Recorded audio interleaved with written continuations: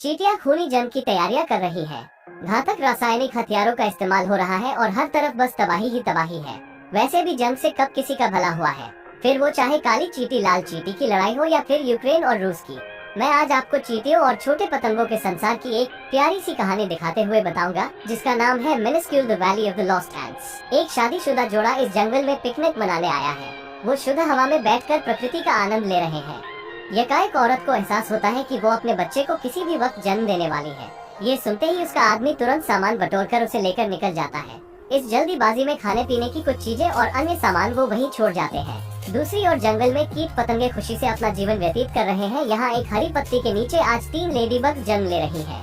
तीनों नीचे पत्थर पर आकर गिरती है। जहाँ उनके मम्मी पापा उन्हें उड़कर देखने आते हैं, वो अपने नवजात बच्चों को पंख फैलाकर उड़ना सिखाते हैं। लेकिन आँख खुलते ही उड़ना कहाँ आसान होने वाला था। माता पिता का अनुसरण करते हुए जल्द ही तीनों बच्चियां उड़ना सीख जाती है। पूरा परिवार खुशी से घास के ऊपर से उड़ते हुए नदी को पार करते हुए नाचते गाते जा रहा था कि तभी उनमें से एक बच्ची को झाड़ियों में से किसी के बेतहाशा हंसने की आवाज सुनाई देती है। ये उसकी हम उम्र मक्खी है जो लगातार उस पर हंस रही है। वो उस हंसती हुई मक्खी का पीछा करते हुए अपने परिवार से दूर जंगल में सैकड़ों सेंटीमीटर आगे निकल आई है। मक्खी एक ठूंठ पर जाकर बैठ जाती है और लेडी बग ठीक उसके बगल में उतरती है। वो उससे पूछना चाहती थी कि क्या ऐसी बात है जो वो उस पर हंस रही है, लेकिन तभी 4 बड़ी मक्खियाँ आकर उसे घेर लेती हैं। वो उस पर बड़ी क्रूरता से भिन्नाती है। अब डरी सहमी लेडी बग वहाँ से भागने की कोशिश करती है, लेकिन दुष्ट मक्खियाँ उसका पीछा करने लगती है। इस भागाभागी में लेडी बग एक पत्थर से टकराकर एक दरार में गिर जाती है। उसके 2 पंखों में से एक पंख टूट गया है। अब मक्खियाँ कुछ देर उसके ऊपर चक्कर लगाती है और फिर वहाँ से चली जाती है। अब लेडीबग को होश आता है तो वो एक बार फिर से उड़ने का प्रयास करती है, लेकिन एक पंख से उड़ना बड़ा मुश्किल काम है। अब शाम हो चुकी है और बारिश होने लगी है। अब लेडीबग चलकर दरार से बाहर निकलती है और मदद के लिए किसी को पुकारती है। अकेली बेचारी खुले में यहाँ वहाँ घूमती है, एक सुरक्षित आश्रय की तलाश में। वो उन पति पत्नी के द्वारा छोड़े गए चीनी के डब्बे में घुस जाती है और वहीं पर सारी रात गुजारती है। अब सुबह उठते ही उसे भन भन की आवाजें सुनाई देती हैं। वो बॉक्स के बाहर झांकती है तो बाहर उसे अनगिनत कीड़े दिखाई देते हैं, जो इंसानों द्वारा छोड़े खाद्य पदार्थों को अपने अपने घरों में लेकर जा रहे थे। मक्खियाँ चिप्स उड़ाकर ले जा रही थी। अन्य कीड़े स्नैक और माचिस की डिबिया के लिए आपस में लड़ रहे थे। अब वहीं से एक काली चींटियों का झुंड गुजर रहा था कि तभी आगे चल रहे उनके मुखिया को चीनी की सुगंध सुंघाई देती है। वो चीनी के डब्बे की तरफ बढ़ता है। उसे अपनी तरफ आता देख लेडी बग डर के जल्दी से बॉक्स के अंदर छिप जाती है। चीनी के लालच में अंधे मुखिया को लेडी बग दिखाई ही नहीं पड़ती। वो चीनी को थोड़ा सा चखता है और मदहोश होकर उछलने लगता है। उसने अपनी जंगल की जिंदगी में इतनी मीठी चीज पहले कभी नहीं चखी थी। वो बाकी चींटियों को सब कुछ छोड़ छाड़ कर बॉक्स की तरफ आने को कहता है। मुखिया के आदेश का पालन करते हुए सब इकट्ठी होकर बॉक्स को उठाती है और इसे अपने किले की तरफ लेकर चल पड़ती है। अब इसमें बैठी लेडी बग को भी ना चाहते हुए इस सफर का हिस्सा बनना पड़ता है। अब जाते हुए चींटियां बॉक्स को टेढ़ा कर देती है, जिससे एक सुगर क्यूब लेडी बग के ऊपर आ गिरता है। वो उसे हाथों से पकड़कर रोकने की कोशिश करती है, लेकिन तभी अचानक चींटियों के हाथों से बॉक्स नीचे गिर जाता है और लेडी बग बॉक्स से निकलकर बाहर आ जाती है। चींटियां बॉक्स से बाहर निकली चीनी को बॉक्स के अंदर डालने के काम में लग जाती है। तभी उनकी नजर वहीं पड़ी लेडी बग पर जाती है। वो उसका हाल चाल पूछने जाती है, लेकिन तभी एक गिरगिट वहाँ आकर इन्हें देख लेती है। सारी चींटियां दहशत में चीनी के टुकड़ों के पीछे जाकर छुप जाती है। गिरगिट मुखिया के बिल्कुल नजदीक पहुँच जाती है। वो उसे बस खाने ही वाली थी कि तभी लेडी बग को एक आइडिया सूझता है। वो तेजी से भागकर बॉक्स के अंदर चली जाती है और वहाँ से अजीबोगरीब आवाजें निकालना शुरू कर देती है, जिससे गिरगिट बहुत ज्यादा डर जाती है और भागकर पत्थरों के बीच में घुस जाती है। खतरा अब टल चुका है। चींटियां बॉक्स के किनारे घेरा लगाकर अपनी जान बचाने वाली लेडी बग का अभिवादन करती है। लेडी बग उन्हें बताती है कि वो उड़ नहीं सकती। काली चींटियों का मुखिया उसे उनके साथ चींटियों के किले में चलने का आमंत्रण देता है। अब उनका सफर आगे बढ़ता है, लेकिन इस बार लेडी बग आराम से बॉक्स के ऊपर मुखिया के बगल में बैठकर सवारी का मजा ले रही है, जो अब उसका आजीवन कर्जदार है। अब किले के नजदीक पहुंचते ही मुखिया प्रजा को अपने आने का संकेत भेजता है कि वो एक बेशकीमती चीज लेकर वहां पहुंच रहे हैं। लेकिन तभी एक दुष्ट लाल चींटियों का एक गिरोह उन्हें घेर लेता है, जिन्हें देखकर साउथ इंडियन मूवी के गुंडों जैसी फीलिंग आती है। मुखिया चींटियों से रुकने के लिए कहता है। अब वो एक सुगर क्यूब बॉक्स से निकालकर लाल चींटियों को तोहफे में देता है, जो कि वास्तव में तोहफा नहीं बल्कि एक तरह की हफ्ता वसूली थी। अब वो जल्दी से वहाँ से भागता है और चींटियों से बॉक्स को उठाकर तुरंत चलने को कहता है। रेड एंट्स गुस्से से और ज्यादा लाल हो गई हैं, क्योंकि उनकी नजर पूरे बॉक्स पर थी, न कि एक सुगर क्यूब पर। लालची रेड एंट्स उनका पीछा करते हुए जाते हैं। अब ब्लैक एंट्स देखती हैं कि आगे एक तेज ढलान है। वो जल्दी से बॉक्स के ऊपर चढ़ जाती है, फिर एक धक्का देकर बॉक्स के साथ तेजी से ढलान से नीचे आती है। उधर रेड एंट्स को एक खाली सोडा कैन मिल जाता है, जिसके अंदर घुसकर वो ब्लैक एंट्स के पीछे लग जाते हैं। अब ब्लैक एंट्स का चीनी का डिब्बा और रेड एंट्स का कैन दोनों नदी में जाकर गिरते हैं। दोनों नदी के प्रवाह में आगे बढ़ने लगते हैं।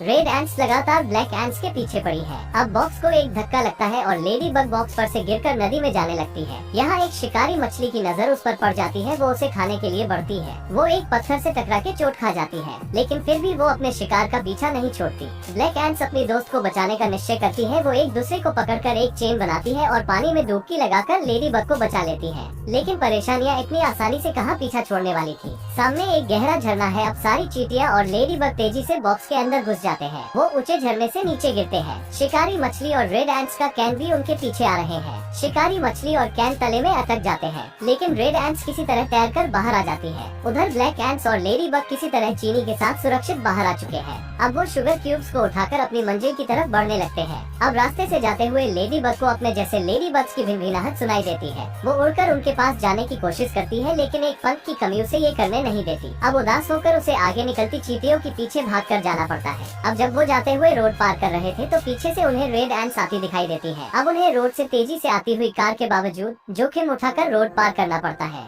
अब रेड एंट्स का लीडर तुरंत उनका पीछा करने का आदेश जारी करता है, लेकिन रेड एंट्स डर के मारे वहीं रुके रहते हैं। ब्लैक एंट्स किसी तरह खुद को कार के नीचे आने से बचा लेती है और जल्दी ही वो अपने किले तक पहुंच जाती है।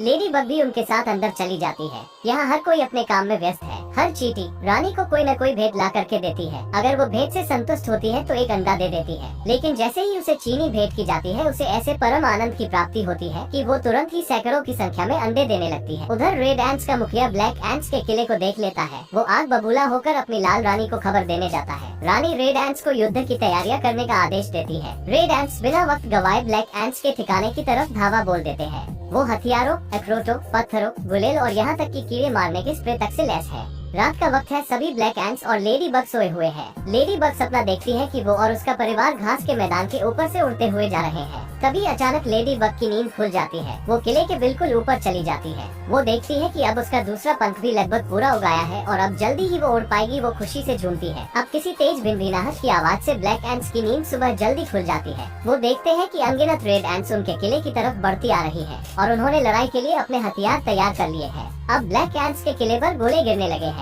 विरोध में ब्लैक एंट्स रेड एंट्स पर ईयरबड्स गिराती है। वो उन पर टैबलेट्स और नमक गिराकर उनका सामना करने की कोशिश करती है, लेकिन रेड एंट्स द्वारा छोड़े गए बॉम्ब्स ब्लैक एंट्स को कहीं ज्यादा नुकसान पहुंचा रहे हैं। अब काली चींटियों की रानी मुखिया और लेडी बग को चींटियों के वैज्ञानिक के पास भेजती है। उनकी समस्या को जानकर वो अपने अनमोल खजाने से निकालकर उन्हें एक माचिस और कुछ पटाखे देता है। अब ब्लैक एंट्स पटाखों को किले की छत पर रख देते हैं, लेकिन रेड एंट्स भी चुप नहीं बैठी थी। वो मुख्य द्वार को तोड़कर अंदर दाखिल होने की कोशिश में लगे थे। अब काली चींटियों का मुखिया माचिस खोलता है, लेकिन उसके अंदर उसे सिर्फ एक ही तिली मिलती है। वो उसको इस्तेमाल करने के निर्देश देखता है और माचिस को जलाता है। वो एक रॉकेट को दागता है। रॉकेट तेजी से उड़ते हुए जाती है। वो रेड एंट्स के ऊपर जाकर गिरती है, जिससे कई रेड एंट्स मारे जाते हैं, लेकिन तिली एक ही थी जो अब बुझ चुकी है। उधर दुश्मन अब दुगनी गति से हमले कर रहा है। अब लेडी बग को याद आता है कि चींटियों से मिलने से पहले उसने ऐसी ही एक माचिस देखी थी जिसे मनुष्य वहाँ भूल गए थे। वो इसके बारे में चींटियों को बताती है। वो उनसे वादा करती है माचिस लेकर ही लौटेगी, लेकिन उसे शुरू में उड़ान भरने के लिए मदद की जरूरत थी। ब्लैक एंट्स कागज का एक हवाई जहाज बनाते हैं और लेडी बग को उसमें बिठाकर लॉन्च कर देते हैं। अब तुरंत ही लेडी बग खुद से ही उड़ना शुरू कर देती है।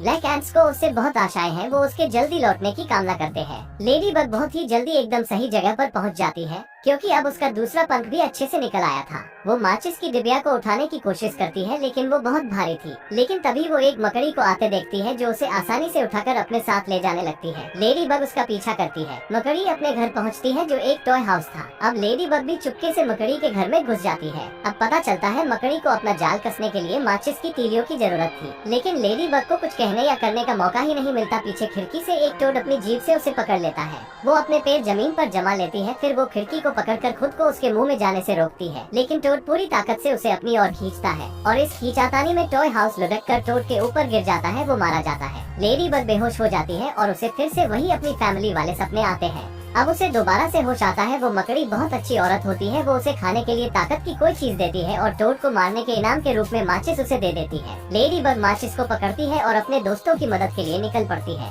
रास्ते में उसे बदमाश मक्खियों के हंसने की आवाजें आती है। वो देखती है कि मक्खियाँ एक और लेडी बग को परेशान कर रही है। वो माचिस को वहीं छोड़ देती है और मक्खियों से निपटने जाती है। वो उनका ध्यान अपनी ओर खींचती है। वो उन्हें अपने पीछे पीछे हाईवे की तरफ ले जाती है। एक तेज रफ्तार कार हाईवे से गुजर रही थी। लेडी बग तेजी से कार की तरफ बढ़ती है। है और गुलाम के आमिर खान की तरह एन मौके पर साइड हो जाती है और उसके पीछे आ रही बदमाश मक्खियाँ कार की हेडलाइट से टकराकर वहीं ढेर हो जाती है। अब वो उस मक्खियों द्वारा सताई गई लेडी बग के पास वापस जाती है, उसे गले लगाती है और उससे वापस आकर मिलने का वादा करती है। अब वो वापस से माचिस की डिबिया को उठाकर काली चींटियों के किले पर पहुंचती है, जिसे रेड एंट्स काफी नुकसान पहुंचा चुकी थी। वो रेड एंट्स की सेना के ऊपर से उड़ते हुए किले की छत पर पहुंचती है। उसके दोस्त उसे माचिस के साथ देखकर बहुत खुश हो जाते हैं। अब ब्लैक एंट्स माचिस की तीलियां जलाकर सारे रॉकेट्स को दाग देते हैं। भारी संख्या में रॉकेट्स उड़कर रेड एंट्स पर गिरते हैं और धमाके ही धमाके होते हैं। एक रॉकेट सीधे रेड एंट्स के टैंक पर गिरता है, जिससे एक बहुत बड़ा धमाका होता है। रेड एंट्स को भागने के लिए मजबूर होना पड़ता है। रेड एंट्स ने अपनी हार स्वीकार कर ली है, लेकिन चींटियों के किले को चारों ओर से आग ने घेर लिया है और काली चींटियां और उनकी रानी अंदर मुख्य कक्ष में छुपे हैं। तभी उन्हें एक अजीब सी तेज आवाज सुनाई देती है। ये एक हवाई जहाज है जो चींटियों के किले के ऊपर से उड़ते हुए जाता है और आग बुझाते हुए निकल जाता है। आग बुझ जाती है, लेकिन साथ ही उनका पूरा किला भी ढह जाता है। अब बची हुई चींटियां और रानी मलबे से निकलकर बाहर आ जाते हैं। कुछ समय बीता है। लेडी बग अब बड़ी हो गई है और वो अपने दोस्त के साथ रहती है, जिसे उसने मक्खियों से बचाया था। आज वो 5 बच्चों की माँ है। वो उन्हें उड़ना सिखाती है। लेडी बग और उसके बच्चे मजे से घास के ऊपर से उड़ते हुए जाते हैं और खुशियाँ मनाते हैं। उधर मेहनती काली चींटियों ने फिर से अपना किला बना लिया है, लेकिन लेडी बग अपने दोस्त को नहीं भूली है। वो कभी कभी उससे मिलने उसके पास आती है। वो जब भी मिलते हैं घंटों बैठकर बातें करते हैं।